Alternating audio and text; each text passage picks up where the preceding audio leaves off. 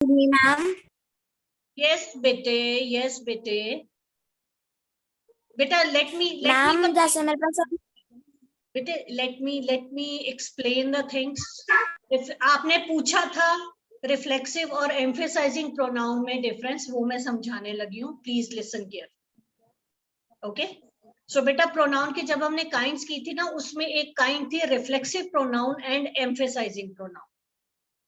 अब reflexive pronoun और emphasising pronoun में वर्ड्स बेटा दोनों ही सेम होते हैं, जैसे हिमसेल्फ, हरसेल्फ, देमसेल्फ, इटसेल्फ, ये सारे वर्ड्स दोनों में ही यूज होते हैं। नाउ द थिंग इज कि हाउ टू रिकॉग्नाइज कि एक सेंटेंस में ये जो हिमसेल्फ वर्ड यूज किया गया है, whether it is used as reflexive और एम्फेसाइजिंग। अब बेटा रिफ्लेक्सिव का मतलब होता है, रिफ्लेक्सिव प्रोनाउन जो होता है ना, एक तो उसकी प्लेसमेंट को याद रखो, वो हमेशा वर्ब के इमीडिएटली बाद आएगा, वर्ब के इमीडिएटली बाद आएगा रिफ्लेक्सिव प्रोनाउन, क्योंकि ये reflexive pronoun it acts as an object. एक सेंटेंस में ये एक ऑब्जेक्ट की तरह काम करता है, right? So he locked himself in the room. अब उसने किसको बंद किया? अब ऑब्जेक्ट को हम कैसे फाइंड आउट करते? We stop at verb and then we make question what और whom. So he locked whom, उसने किसको लॉक किया? हिमसेल्फ। तो हिमसेल्फ यहाँ पे ये रिफ्लेक्सिव प्रोनाउन। अब एक और सेंटेंस में बोलती हूँ, he himself locked the room. अब यहाँ पे देखो, ये हिमसेल्फ की प्लेस जो है उसकी चेंज हो गई ना, पहले वो कहाँ पे था? वर्ब के बाद में था। अब he himself locked the room.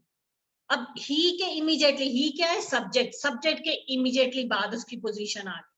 और एम्फेसाइजिंग प्रोनाउन, एम्फेसाइजिंग का मतलब होता है किसी चीज पे एम्फेसाइज करना, किसी चीज पे स्ट्रेस देना, किसी चीज पे जोर देना। और जब आप इस सेंटेंस का मीनिंग निकालोगे, he himself lock the room, तो दैट विल बी कि उसने खुद ही रूम लॉक किया।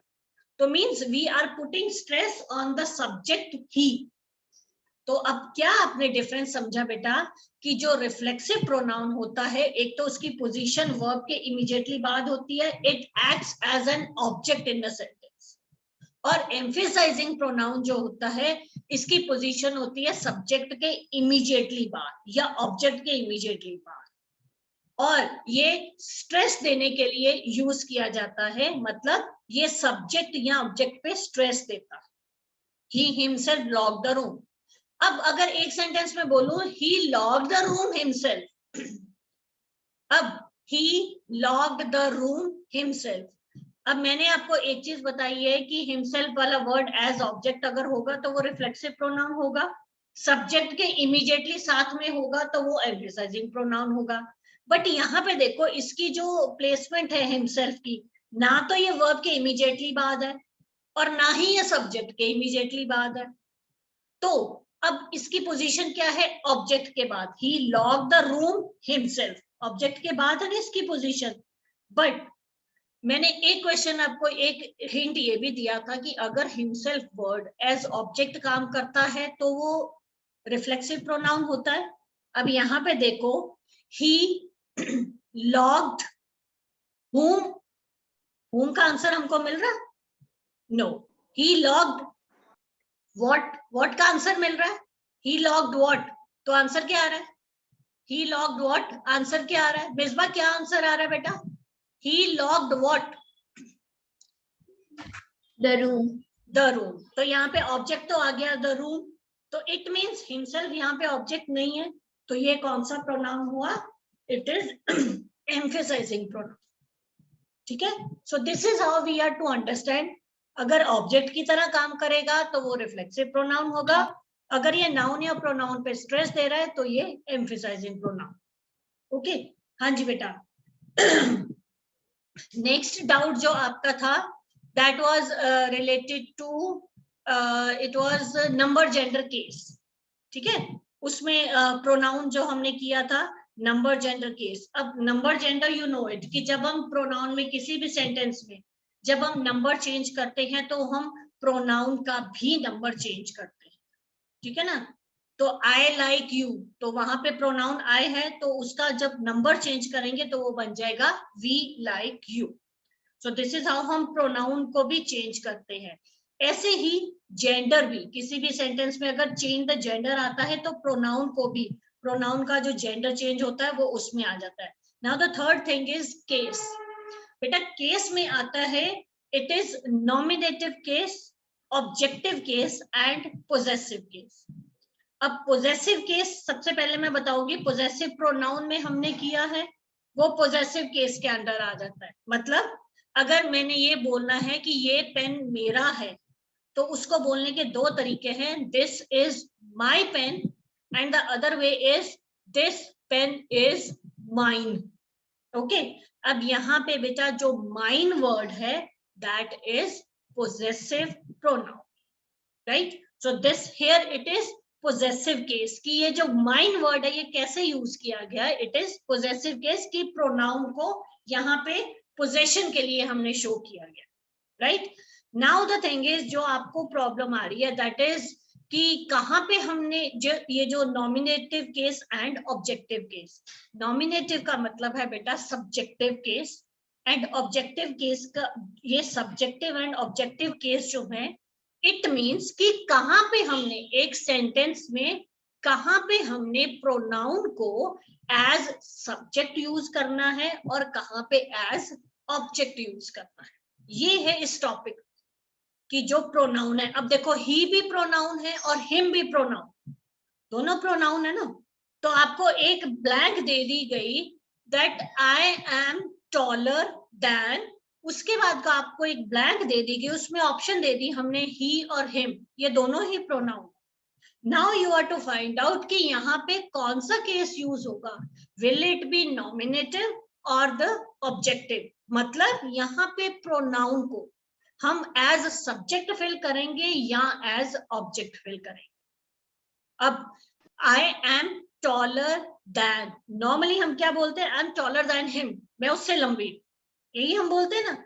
But grammatically it is wrong. यहाँ पे क्या आएगा, यहाँ पे नॉमिनेटिव केस यूज होगा। मतलब जहां पे हम देन यूज करते हैं, जिस सेंटेंस में हम देन यूज करते हैं, वहां पे हम प्रोनाउन को एज सब्जेक्ट यूज करते हैं। उसके बाद I am taller than he. If you remember, मैंने ब्रैकेट में आपको is भी लिख के दिया था, ठीक है। So just for your understanding, it means this is nominative case. मतलब कि कहाँ पे प्रोनाउन को as subject यूज करना है। Now second thing is it is Reena and Dash went to market yesterday. Now in bracket it is I and me, ठीक है, in bracket it is I and me. अब normally what do we say, Reena and me went to market yesterday, हम यही बोलते ना। नहीं, यहाँ पे प्रोनाउन का ऑब्जेक्टिव केस नहीं यूज होगा, यहाँ पे होगा Reena and I went to market yesterday. अब यहाँ पे ये एक चीज ये भी समझनी है कि आई एंड रीना नहीं करते। यहाँ पे मैंने आपको बताया था ना कि हमने अपने आप को ज्यादा इंपॉर्टेंस नहीं दी। Okay, so Reena and I went to market yesterday. Okay, next thing is कि प्रोनाउन को हम ऑब्जेक्ट एज ऑब्जेक्ट कहाँ यूज करते हैं, जब वो वर्ब के बाद आता है, जब वो वर्ब के बाद आता है। जैसे Reena gave dash a pen, अब ब्रैकेट में आई एंड मी है, तो हमारा आंसर क्या होगा, रीना गेव, वर्ब के बाद एज ऑब्जेक्ट आएगा ना, तो रीना गेव मी अ पेन, आई नहीं आएगा। तो केस में क्या है कि कौन से प्रोनाउन को हमने कहाँ पे, एक प्रोनाउन को हमने कहाँ पे एज सब्जेक्ट यूज करना है और कहाँ पे एज ऑब्जेक्ट यूज करना है, this is under the topic pronoun case. Nominative का मतलब है usage of pronoun as subject, and objective का मतलब है usage of pronoun as object. Okay, अब आप जरा वो असाइनमेंट में मैंने कुछ क्वेश्चंस दिए थे, now you open that quickly I will also come to know कि जो मैंने आपको बताया whether you are able to understand और नॉट। मैंने आपको क्वेश्चंस बेटा दिए थे ना, जल्दी से वो निकालिए, यस जल्दी से निकालिए, उसमें थे ये। I had given you exercise for that also. Yes, it is exercise D. D part था आपके assignment में. Okay. हाँ जी, बेटे heaven बेटा, heaven, are you listening बेटे? heaven. ओके हाँ जी बेटा, जिसको ये नंबर जेंडर वाला भाविक बताइए. Bhavik will give me answer. Bhavik बेटे फर्स्ट ये फटाफट जरा हम सारे सॉल्व कर लेते हैं, आपको बेटा क्लियर भी हो जाएगा. ठीक है, भाविक फर्स्ट का आंसर बताइए. The thieves came and took all the gold and cash with. हाँ जी बेटे, दोबारा बोलना. भाविक बोलिए बेटे. मैम सेंटेंस दोबारा बोलना. बेटे आपने आंसर लिखा है? आंसर लिखा है आपने? मैम मुझे असाइनमेंट ही नहीं पता लग रही कौन सी. अब बेटे आप लोग ट्राई नहीं करोगे तो आप पहले ही बोल दोगे मुझे टॉपिक समझ नहीं आया, तो दिस इज रॉन्ग बेटा. मैंने असाइनमेंट इसीलिए दी थी. आप सॉल्व ही नहीं करोगे, पहले सरेंडर कर दो कि मुझे टॉपिक नहीं आया. थी आपने बेटे आपने सॉल्व किया ये? मैम नो, तो फिर ये मैंने असाइनमेंट कल दी थी ना, कल भेजी थी ना ये असाइनमेंट में. ओके हाँ जी, भूमिका आप बताइए. Yes ma'am. मैम फर्स्ट का आंसर है देम. यस. अब देखो यहाँ पे एज ऑब्जेक्ट यूज होगा, क्योंकि यहाँ पे क्या took all the gold and cash with them. With they नहीं आएगा. ठीक है, with them. This is what, this is objective case, मतलब यहाँ पे प्रोनाउन एज ऑब्जेक्ट यूज किया गया. ओके, सेकंड शुभांशु, सेकंड जल्दी से. Yes ma'am. Dash shall take the dogs for walk with us. I shall. हाँ जी, ये अब ध्यान से देखना है सेंटेंस को. शेल हम आई के साथ भी यूज करते हैं, वी के साथ भी, यही दोनों ऑप्शन दी गई थी. आपने सेंटेंस को ध्यान से नहीं पढ़ा. सेंटेंस में देखो क्या दिया हुआ है, dash shall take the dogs for a walk with us. तो आई के साथ अस आता है क्या? अस किसके साथ आता है? वी के साथ. तो यहाँ पे आंसर आएगा वी. बेटे ये मैं बोल रही हूँ, ये प्रोनाउन के ये जो सेंटेंसेस है, नॉर्मली व्हाट हैपेंस कि जब आपने ब्लैंक फिल करना होता है ना, आप फटाफट ब्लैंक देखते हो, आगे वाले 2-3 वर्ड देके फिल कर दिया उसको. Don't do that. And even after filling that blank, उसको दोबारा पूरा सेंटेंस पढ़ो, तभी आपको पता चलेगा whether your answer is right और wrong. Subhanshu, have you solved it in your notebook? So make it correct. Your answer is wrong. It should be V. Okay? हाँ जी. नेक्स्ट मुझे बताएगा भार्गवी बताएगी. भार्गवी नेक्स्ट बेटा जल्दी से. Dash are the only person who knows this. You. Yes.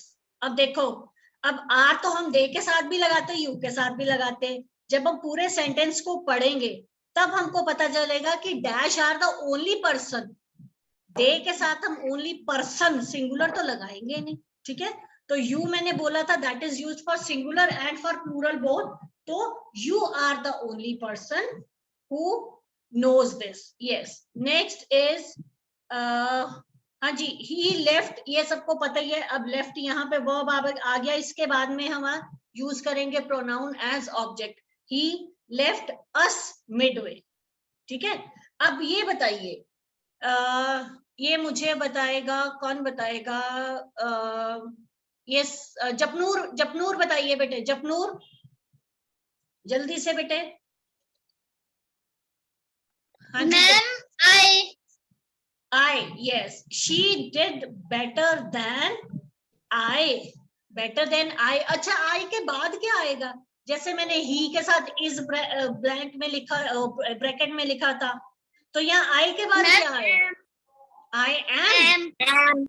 Very nice. तुम लोग बेटा बहुत अच्छे बच्चे बन गए और इस तरह से जवाब दे रहे हो. Very good. Very good students. हाँ जी. Type in chat box. Okay, type in chat box. Okay. Very good, very good. Am. Okay. Very nice. Everybody is giving answer. शाबाश. सारे के सारे गलत. सारे के सारे गलत। सेंटेंस को दोबारा पढ़ो, ध्यान से सेंटेंस को पढ़ो, क्या लिखा हुआ है? She did better than I did. Yes yes, please don't unmute yourself, don't unmute yourself. Yes, यहाँ पे डिड आएगा। आई डिड, मेरे से अच्छा उसने किया, तो आई एम नहीं, मैं हूं अच्छा और मेरे से अच्छा उसने काम किया, ये तो सेंस ही नहीं बनेगी। ठीक है, तो better than I did, very good. हाँ जी, नेक्स्ट है let dash complete the work. तो यहाँ पे लेट के बाद मैंने बताया था हम प्रोनाउन को कैसे यूज करते हैं, हमेशा एज ऑब्जेक्ट। तो let her complete the work. उसके बाद Reena and me, Reena and me, हाँ जी टाइप कीजिए चैट बॉक्स में, रीना एंड मी आएगा? No, it will be Reena and I. Yes, Reena and I, यहाँ पे आज सब्जेक्ट यूज हो रहा है। Okay, next we are not as rich as. अब जहां पे बेटा as rich as well as ऐसे आता है, तब हम प्रोनाउन को एज सब्जेक्ट यूज करते हैं, नॉट देम नहीं आएगा, as rich as they are.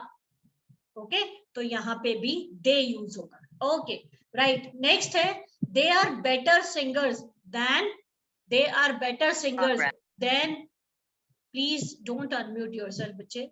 They are better singers than, क्या आएगा? Yes, than we are. Yes, we आएगा यहाँ पे, देन देम नहीं आए, देन अस नहीं आएगा, देन वी आएगा यहाँ पे। Good. And wait for Radha and, हाँ जी, wait for Radha and I, Radha and I, no, wait for Radha and me.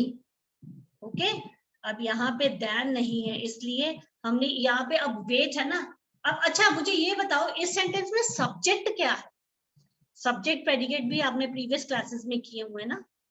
Wait for Radha and me, मुझे बताइए इसमें सब्जेक्ट क्या है? Wait for Radha and me में सब्जेक्ट क्या है? सब्जेक्ट प्रेडिकेट का हमने कॉन्सेप्ट किया हुआ है पुरानी क्लासेस में। हाँ जी, quickly type in chat box, wait for Radha and me, इसमें सब्जेक्ट क्या है? सब्जेक्ट क्या है इसमें? हाँ जी, okay, Radha and me, Radha and me. Okay, subject पूछ रही हूँ मैं, subject. Okay, I just want to check कि फोर्थ का किया हुआ किसी को कुछ याद है या नहीं। सारे गलत हैं, सारे के सारे गलत। बेटा वेट तो नहीं आएगा, वेट तो है ही वर्ब, वो तो प्रेडिकेट में आ जाता है। रॉन्ग। अच्छा अब सुन लो ध्यान से, अब ध्यान से बेटा सुन लो। Wait for Radha and me, यहाँ पे कोई सब्जेक्ट नहीं है, तो ऐसे सेंटेंसेस जहां पे सब्जेक्ट नहीं होता। अब मैं किसको बोल रही हूँ? Wait for Radha and me, तुम्हें बोल रही हूँ, जिससे बात कर रही हूँ उसी को बोल रही होंगी ना मैं। ठीक है, तो मैं, इट मीन्स यहाँ पे कौन सा फिर सब्जेक्ट क्या आएगा? It will B you. तो ऐसे सेंटेंसेस जहां पे सब्जेक्ट नहीं दिया होता, वहां पे हम सब्जेक्ट जो एज्यूम करते हैं, that is you. You wait for Radha and me. This concept is given in your 4th class book.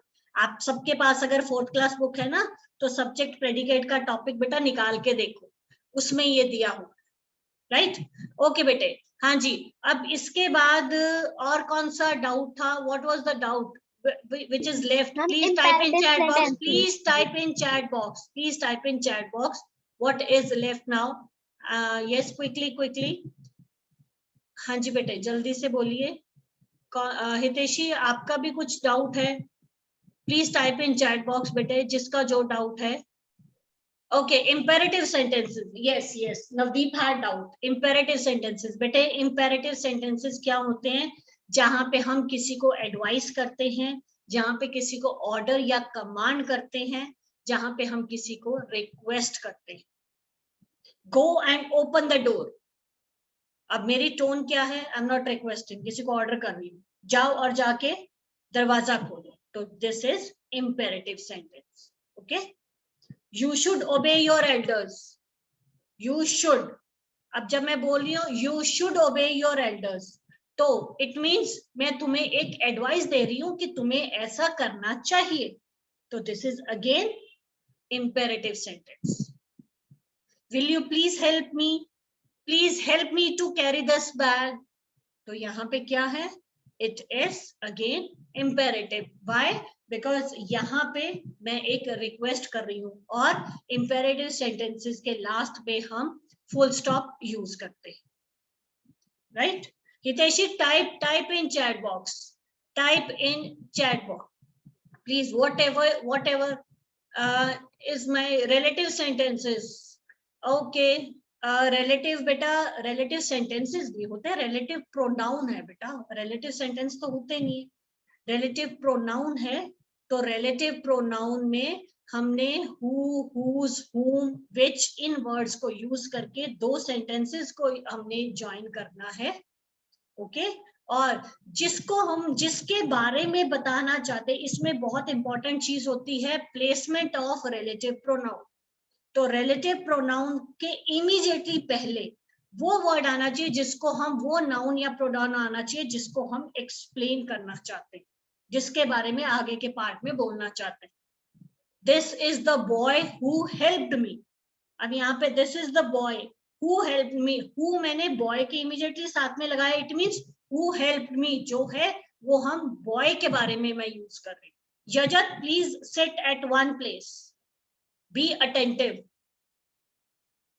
Okay, ठीक है बेटा. हाँ जी. और एंटीसीडेंट बेटा इसमें होगा हमारा boy कि रिलेटिव प्रोनाउन जिस नाउन को एक्सप्लेन कर रहा है उसको हम एंटीसीडेंट कहते हैं. हाँ जी. यस बेटे. और जो और भी जो डाउट है बेटे प्लीज जल्दी से टाइप कीजिए, जल्दी से टाइप कीजिए जो भी आपका डाउट है. तो आई होप अब तक जो आपने पूछा था वो मैंने सब आपको बता दिया है. ओके